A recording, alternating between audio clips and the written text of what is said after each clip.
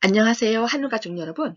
오늘은 제3과 가인과 그의 유산이라는 제목으로 공부하겠습니다. 먼저 기억절을 함께 읽어볼까요? 창세기 4장 7절 말씀입니다. 시작! 네가 선을 행하면 어찌 낯을 들지 못하겠느냐? 선을 행하지 아니하면 죄가 문에 엎드려 있느니라. 죄가 너를 원하나 너는 죄를 다스릴지니라. 아담과 하와는 약속의 성취로 알았던 맏아들 가인이 동생 아벨을 죽였다는 사실을 알았을 때 어떤 심정이었을까요?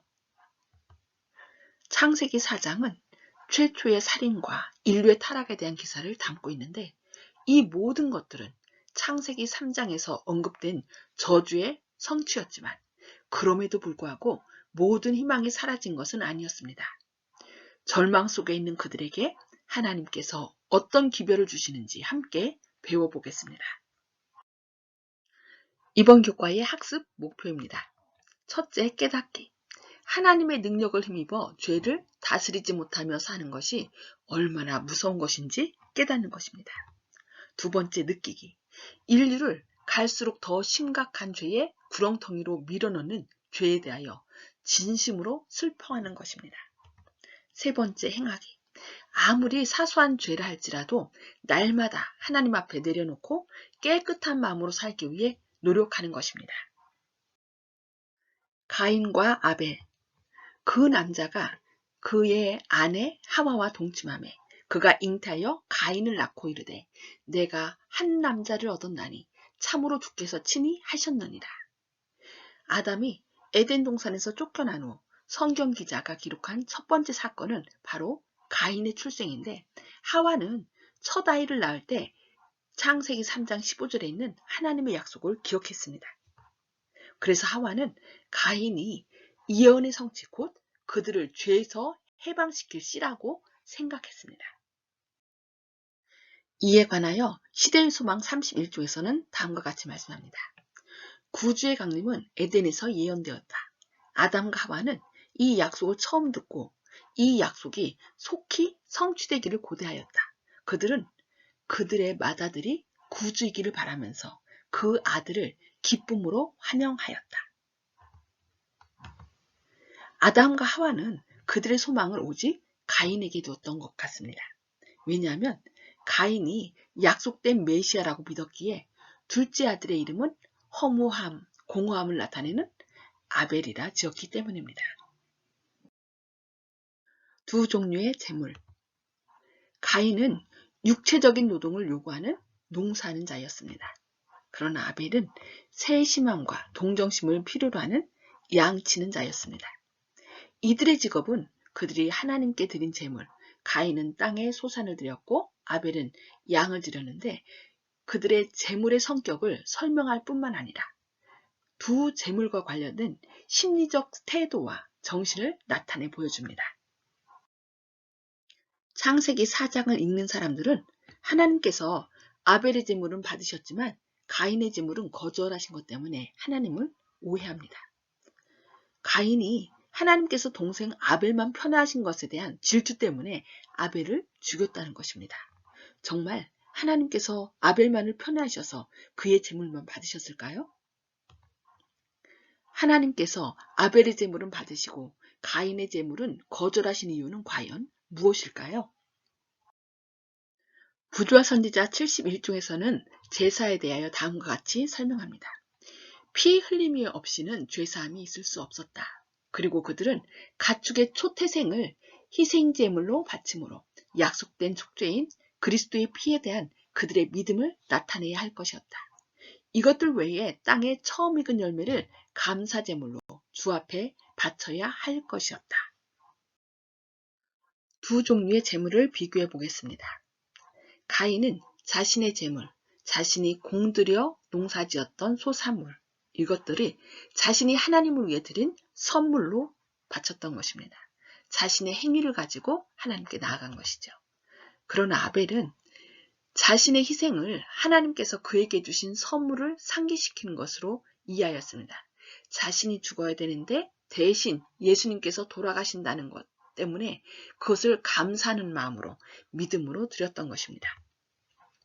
그리하여 아벨은 하나님의 가르침에 순종하여 동물의 피를 제물로 드린 반면에 가인은 자기의 노력으로 얻은 땅의 소산만을 제물로 바침으로 공개적인 불순종을 나타낸 것입니다. 범죄. 가인은 하나님께서 명하신 희생 대신 자신이 바친 제물을 하나님께서 받으시지 않자 분노하였고 자신에게 충고하는 아벨에게도 분노하였습니다. 그럼에도 불구하고 하나님은 가인의 노여움에 가인을 다정하게 대하셨습니다. 그분은 가인이 더 이상 실수하지 않도록 몇 가지 조언을 해주며 좋은 선택을 하도록 격려했습니다. 먼저 하나님께서는 가인에게 선을 행하라고 말씀하시는데 이것은 회개하고 마음의 변화를 경험하라는 부르심입니다. 그렇게 하면 하나님께서는 그를 받아주시고 용서해 주시겠다고 약속하셨습니다. 선을 행하라는 말씀 속에서 가인이 선을 행치 않았다는 것을 저희는 볼 수 있는데요. 선자를 한자적 의미로 살펴보면 착할 선자는 양양자의 풀초자 입구자입니다. 즉 양이 풀을 먹는 것이 선입니다. 지극히 당연한 것을 말씀하고 있죠. 즉 우리가 어떤 큰일을 하고 남을 돕는 행위가 선이 아니고 하나님께서 우리에게 명하신 말씀대로 순종하는 것이 선인 것입니다. 이 말씀을 유추해 볼 때 가인은 하나님께서 명하신 것을 행치 않은 것을 볼 수 있습니다. 또한 하나님께서는 네가 선을 행하지 아니하면 죄가 문에 엎드려 있느니라. 죄가 너를 원하나 너는 죄를 다스릴지니라고도 말씀하시므로 하나님께서는 죄의 근원이 가인 자신 안에 있음을 드러내 보여주셨습니다. 선을 행하지 아니하면 죄가 문에 엎드려 있느니라는 이 성경절은 언어학상으로 어려움이 많이 제시된 성경절입니다. 가인이 죄를 계속 고집한다면 죄가 그를 압도할 것이라고 많은 분들이 해석합니다. 그런데 삼육대학교 하계상 교수님께서는 깊은 연구를 통하여 죄로 쓰여진 원어 핫다트가 구약에서 절반 정도 속죄죄로 쓰여진 것을 사례를 통해 이 성경절을 선을 행하지 않으면 즉 죄를 범하면 예수님께서 속죄죄를 준비하셨으니 용기를 내고 내 뜻대로 하고자 하는 죄된 마음이 있겠지만 그 마음을 다스리라고 해석하셨습니다. 이 말씀을 통해 하나님께서는 죄의 용서에 대한 약속뿐만 아니라 죄인을 위해 준비된 죄의 극복에 대한 약속을 제공하심을 볼 수 있습니다. 혹 죄를 지어 절망 가운데 빠지셨나요? 친히 속죄양 대신 하나님을 기억하시고 주님께 나아가시기 바랍니다. 가인에게 내려진 형벌. 가인이 동생을 죽인 후 하나님께서는 아담에게 물으신 것과 비슷한 질문, 내 아우 아벨이 어디 있느냐라고 가인에게 물으셨습니다. 몰라서 물으셨을까요? 다 알고 계셨지만 스스로 죄를 인정하기를 원하신 것이었죠.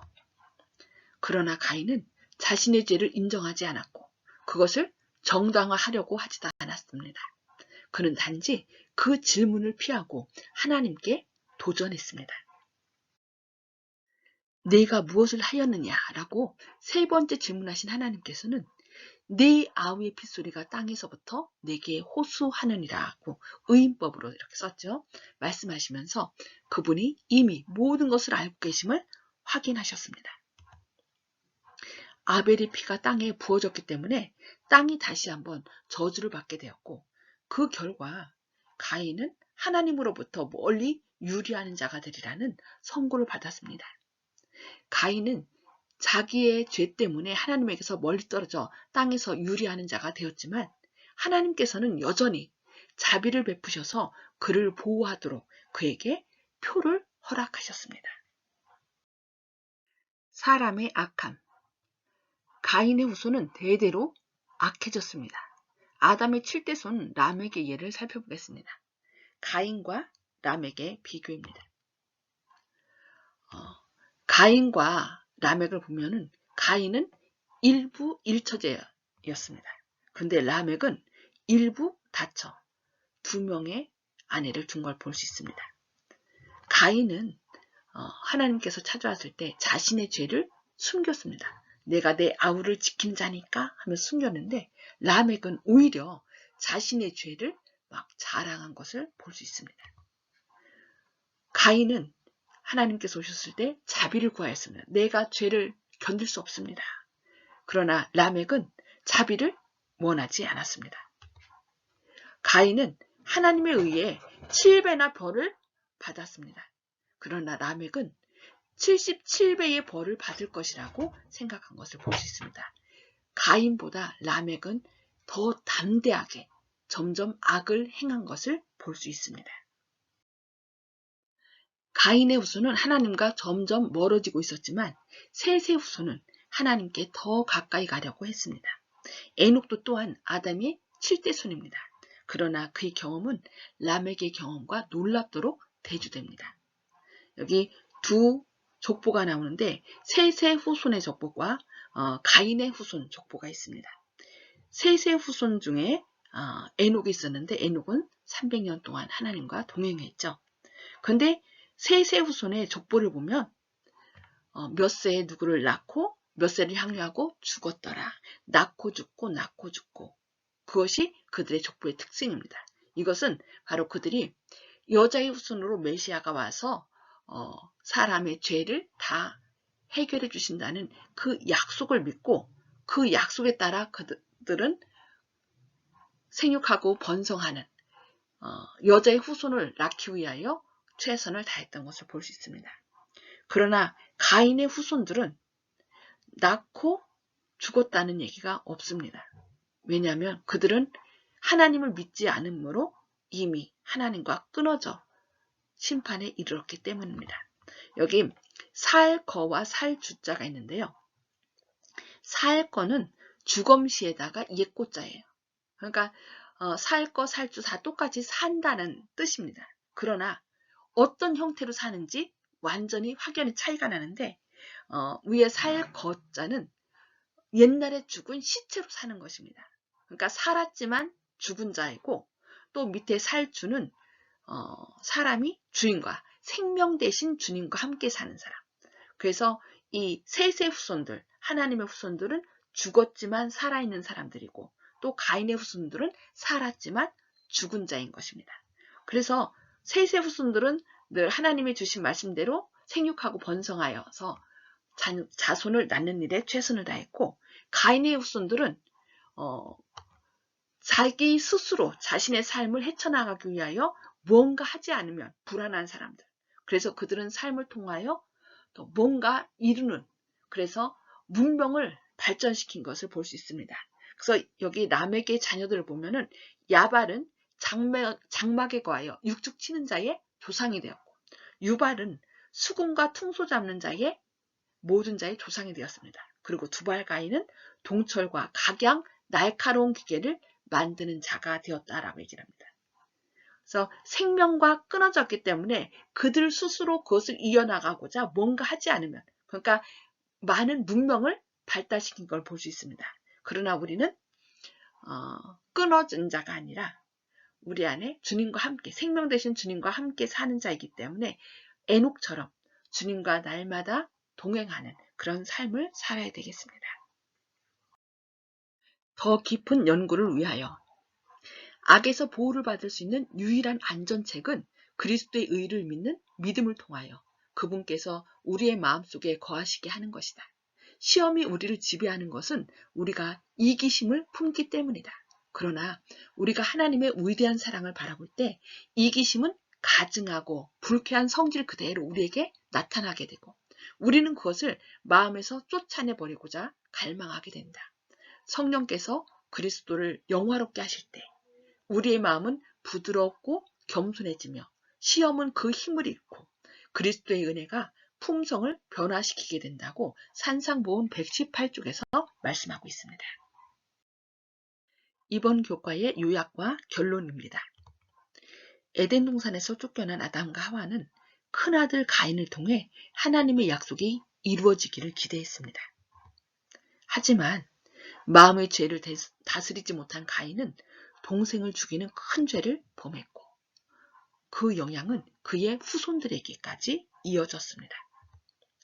우리에게서 이런 악순환이 반복되지 않도록 하나님께서 주시는 능력으로 죄를 다스리며 살아야 합니다. 주님의 능력을 의지하여 승리하시는 한 가족 되시기를 바라며 교과 공부를 마치겠습니다. 끝까지 경청해 주셔서 감사합니다. 행복하세요.